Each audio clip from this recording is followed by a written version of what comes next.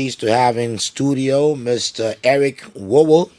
He's the founder, Change Agent Network. Eric, good morning Good morning, sir. and welcome to the Super Morning Show. Thank you, sir. I'm already excited, but talking just from what I heard, I'm already excited just to talk with you. Eric, tell us about yourself, Eric Wowoh. Well, Who is Eric Wowoh? Eric Wowoh. I'm a Liberian. I'm from Lofa County, visible town in Lofa. Um, both mother and father from Lofa. Grew up here in Liberia during the course of the war. I mean, before the war, we used to live in bone mines on the other side of the country. And then when the war started, there was a separation, like we know concerning many Liberian families that were, separated. And then I left Liberia. I think I was around 13, 14, around that age. To seek refuge outside the country. You want to seek refuge? Yeah, I mean, yeah, for myself, I was a young man, and John. Because of the it war. was the war Yeah, time, okay? yeah, it was a war time. So you're in the Bong Mines area. Yeah, when the war started, that's what I was. That's where life was for me and Okay. for my parents. They decided to seek refuge where? The first time was in the Ivory Coast. We crossed the border through nearby area to the Ivory Coast, where we were in Danale. I had the opportunity to go to school. The school was not a normal school. I went to a refugee community-based school organized by In refugees Ivory Coast. in Ivory Coast, in Danane. Danale, particularly. Okay. That was what I was. And then after that, I saw the need to advance, to move forward to other countries because the security situation then in Ivory Coast was tense. It was not a place for one to dream or achieve your visions or aspirations in life. So we decided to migrate. So we moved from Ivory Coast. I went to Ghana. We traveled by road, basically. Got to Ghana, spent a few years in Ghana. There it was difficult to go to school again because we were considered as foreign students. Therefore, you pay school fees in foreign currency. And being a refugee without a father and a mother or anybody around to help you out, that was a total impossibility. But Yeah. how you lost your parents before the war? No, we Or got separated. I went okay, fishing. you got separated. We got separated. So they went their own ways, and I went my own separate way, and we didn't know where You anyone ever go was. back in touch with them Yeah, after 20 years later. after 20 years? So they're still alive. Yeah, they're still. My mom, uh, she and I got reunited with some of my sisters and brothers recently. In the last 4 years, we've been having a real family reunion going Okay. together. But before then, it was a total silence for over a decade and a half. So, like I was saying, In Ghana. yeah, in Ghana, we couldn't go to school. There was a struggle. There was confusion in the refugee camp, and as I sat down in those Where were camps, you in Butuburam? yeah, Budaburn camp. I actually lived there. I was among the unaccompanied orphan, unaccompanied kids they had at the Pole Lodge. Okay. So you were making that journey all by yourself? Yeah, I still live it. Yes, sir. All right. Yes, sir. So we're in that camp in Budaburn. There's a place called Pole Lodge in that refugee camp where we, the kids that left the country without a father or a parental figure, were placed into that building that was built by Pope John Paul, I think the second. The late Pope John Paul Yeah, II. yeah, yeah. Okay. So that's what I was staying, and we had people cooking for us for some time. But then we were looked at as orphans, and we stayed there for a while. Still, the answers to some of the questions that I had concerning life, where the answers could not be found in the camp. Like, why? What is this all about? What is this experience is about? There were questions you were asking Yeah, myself, yourself. myself, and asking everybody, and asking even fellow Liberians about how did we get here? How did we get to where we are? This story that we are experiencing today, who wrote this story? And why are we the one to interpret it or to explain it? So those questions left unanswered. And later on, life started becoming very unbearable in Ghana. The economic situation at the time was very tough for Ghanaians themselves, let alone refugees. So we decided to And an orphaned refugee. offer refugees. So we decided to walk again. I remember coming to Accra. We begged people in the streets for money, and then we got on our feet. So got called to the Aflao border with Togo. Managed to cross the border. We were about 3 young men just traveling. No passport, no ID card, no address. You just moving wherever your legs and feet can take you.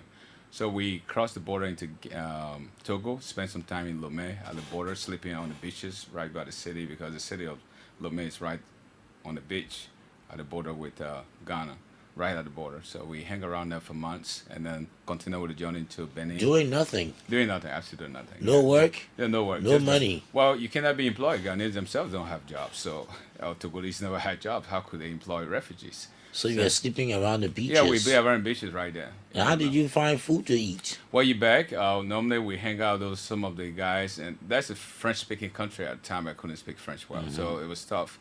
And people were we were considered as troublemakers, the young people, because most of us from Liberia already Coming had that. from Liberia. Already had the identity. Yeah, you know, that's stigma. Yeah, stigma on you as a troublemaker. So we hang around like the Maningo people who sells money color in the morning. So sometimes this is what we do. We stand at the border and monitor people movement at the borders. And we realize that early in the morning around 6:30 to 7, most Ghanaians and Togolese will cross they'll open the border for like an hour. Okay. Free of charge. Okay, so people will move, the traders will move back and forth and do their petty trading. So around that time, that was the time we had to move to. So we come to Ghana where they speak English, express ourselves where people will be able to understand us and give us food. And then in the evening, we go back to Togo. So where you wouldn't speak French. yeah, but we behave like some of the regular kids at the border. Okay. Because some of the parents who sell in Ghana who are Togolese have children that follow them across the border. So we monitor those children hanging around their moms and dad, and we jump in their midst and behave like one of them, one of the regular kids. But how was it like? Very risky. Yeah, but life, my whole life have been risky. Just leaving the war in Liberia was risky. It was dangerous, in fact, beyond description. And over there was like a piece of cake because at least there was no more gun shooting. You don't have to worry about, somebody coming to accuse you falsely of something you have not done or killing you. Over there, just about standing the hunger and maybe going. So that was the reassurance you had. Oh yeah, you yeah. and your friends. Yeah, yeah. At least there you wouldn't be bothered. People. Yeah, you wouldn't be accused of murder or going to jail. So even if you didn't have food, work, or money, at least you had a peace of mind. A peace of mind. That's right. There's nobody. You're not running around like from pillar to post with no address and not knowing where you're going. It was the same thing, but we knew where to sleep at night. The beaches were there. They honored the bridges within the city. The overhead bridges, we slept on under the bridges. But this is that was in Togo now. Yeah, in Togo. So we stayed there for a while. Things were still not working out because the war was still ongoing in Liberia. And then secondly, the goal was not to stop in Togo. The goal was to go as far as Nigeria, Libya, up north towards the north. Because this is the philosophy I had, and that was the farther you go away from Liberia, the better your life improves. That's what. That was your belief at the time. Belief at the time because in Ivory Coast, Southern Guinea, everybody knew exactly what's going on in Liberia. So people got sick and tired of Liberians' problems and all of that. So the further you went away from home, the story became a fresher story and newer story in the ears of people further away from Liberia. And the more they were waiting, they were more sympathetic and waiting to help you out. Okay. Than the people just next door. All right. So that was the whole philosophy. So we left from Togo, went to Benin. The same thing. There was no school. It's a French-speaking country. You cannot even express yourself properly. And most of the time we went to jail because sometimes we got arrested by the police and we couldn't identify ourselves. We said we were refugees, but we have no identity to prove that we were refugees. So you go to jail. And it took the grace of God on many occasions to be released from prison. And you got jailed there for I went there. I can't remember a lot of times. Just picked up from the street. Where are you going? I don't know. What's your name? Where you from? Liberia. What's your ID? No ID. Are you a refugee in Togo? Yeah. Where's the refugee ID? Don't have an ID. And then there was not even a Liberian refugee at the time. There was not a refugee camp in Togo for Liberians. There was no camp. So there's no way we could be official in Togo. So sometimes you'd be incarcerated. Oh, yeah. For how long? I remember the last time I went to jail was in Nigeria, and I was there for 3 months in prison. Because you didn't have proper documents. I didn't have proper documents. The problem was that I got caught sleeping in the house that it wasn't. So that after you left Togo? I went to Benin. Benin? We headed to Nigeria. Right to Nigeria. Crisscrossing the West African coast. Yeah, just by foot. Walking? Yeah. Between Benin and Nigeria, we had to walk. It's a short distance. Once it's short distance, if you're driving, it would be like an hour or two. But that was a piece of cake for Liberians because when you can remember during the war, a lot of people walked from here to the Oh yeah, to it's true. Nimba So to, true. so that was a piece of cake for Uh-huh. some of us. A 1 hour walk wasn't anything. Yeah, we work it out. But then I arrived in Nigeria, and the jail that I went to kind of opened the door for some of the things I'm doing today, um, just to change my own personal perspective. Because change starts with the individual himself. So when we were in Nigeria, I remember I met a guy who was part of the Nigerian ECOMOG peacekeeping force here in Liberia. While you were in jail. No, before the war, before I left the country. Uh-huh. Yeah, and he gave me his address and said, just in case today you find yourself in Nigeria, and that was why I was heading towards Nigeria because of that. You had his address. You had his That address. address, if Okay. I can find this guy, probably he's going to be a big help to me. You made friends with him here in Liberia. Yeah, so he gave me the address. So I went to Lagos, spent some time, like a few years on the refugee camp. Nothing really was happening, practically. And in times of a refugee crisis, the primary concern for the UN and many other agencies that involve a refugee crisis are healthcare, accommodation, and shelter. I mean, accommodation and food. Food. Yeah, those are the major things. Education can be talked about later on, but for the meantime, stop the bleeding by providing these basic things. And we went through that for a few years without anything going. Now, I'm a young man, been 3-4 years, you've been out of school. You don't even know when you're going to get back into school. So one day I got sick and tired, and I said, well, I'm going to go to Lagos today to find this guy and see what he can. Sitting here is risky. I'm going to die anyway if I sit here. And if I go to Lagos, I might die. So, either way, death is death. But I want to die doing something with my life, something meaningful than just to die for nothing. So I got up with that motivation. I went to Lagos. Couldn't find this young man. They say he moved out to a new barracks in the north in Kaduna. The address of the soldier you got from Yeah, here. he wasn't there at all. So the lady selling akara kala, in the front of the building, I asked her, I said, well, I'm from Orukam, and this is what happened. I went with a one-way transportation Okay. with the idea that, the Liberian culture thing, the idea that when I see him, he He'll will pay pay your my way friend back. back to the camp. That's it. So without having any idea whether he was at home or not at home, so we went. And as I got to the house, I couldn't find him. The lady said, well, Toast, his name was Toast Tokumbo. He said he left from here a long time ago. The government reassigned him in the north, in Kaduna, and we don't even know the exact address. So I said, wow, what do I do? And from Lagos to the refugee camp is about 2 hours drive, Ogun State. So I'm like, how do I get back tonight? So I tried to plead with her. She said, well, let me tell you something. I am a refugee even in my own country. I'm a Nigerian, but you are better than I am. Because for you, you are an official refugee where the government have given you a place to stay. They provide some food and some help to you. For us, in our own country, nobody cares. So there's no way I can help you. I'm sorry. This was around 4 p.m. And I tried to find my way out. It was impossible. That night, I ended up sleeping in an unfinished building in Lagos.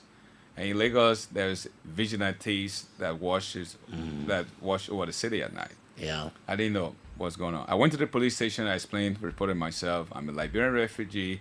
I came here to find somebody. I couldn't find it. I don't have money to go back to the refugee camp. And the guy was like, well, Liberian, so what? What's special about that? We've been hearing Who's about it. responsible for you? Who is responsible for you? This is a police station. This is not a hotel or On a charity a home. home to come and seek for help. The only help I can give you, or we can give you tonight, would be to lock you up in the cell, and tomorrow morning we release you, saying you have nowhere to go. But this is for criminals. You're not a criminal. You're a free citizen. Go about your normal business. So I said, but what if I get caught in the street? He said, well, hey, I'm telling you, it's not late. Go to the church. Are you a Christian? And I said, yes. He said, well, if you're not a Christian, go to the mosque next door. They have a mosque there. Explain yourself to the imam. They might give you a place to sleep in the church. The mosque. So I went to the mosque. Never been to a mosque before, and sat down on the side of the guys after prayer. I met the imam, and I said, hey, I'm a Liberian refugee. This is my situation. I need some help. And he looked at me. He said, look, you are a thief. All of you come here and steal the slippers of the worshippers from the door when they leave their slippers out there, expensive slippers. Every time we get out of prayer, the whole slippers, shoes, everything gone. So we stop entertaining people like you around here. I'm sorry, we can't help you. So I left. And then I went to another church. It was, I think, Assemblies of God church. And the pastor came up. It was almost 10 o'clock. And At night. At night. And the vigilante starts at 11 to 12 every night. You're still looking for somewhere to sleep. Somewhere to sleep. So I got to the church. The pastor came by. I explained to him, this is my problem. I need help. He said, well, you came on the wrong day. Normally, we have the treasurer and the accountant and the financial people here at church on Wednesday service, midweek service. And nobody's here today. So if you can hang around and come back on Tuesday or Sunday, we'll be able to help you out. So I said, well, what do I sleep tonight? Can I sleep with your security? He said, no, absolutely not, because we don't know whether you have a charm. You're going to charm the security tonight, that you're going to use to charm everybody in this compound and steal away the church property and everything. I don't even know you. So I'm sorry, you got to keep going. Go back to the police. On my way back to the police station, the bell rang. 11 o'clock. 11 o'clock. That means it was time for everybody to get indoor, including the police themselves. Because the local authority have to keep watch over their own city. They don't trust the police. So at that point, I have no choice than to jump into our unfinished building to sleep. So I jumped into the unfinished building. It was a three-story building that have not been plastered or painted whatsoever. Sleeping in the big place around 3 o'clock in the morning, I was caught by the vigilantes. Most of them Hausas, people who don't speak English properly from the north of Nigeria. This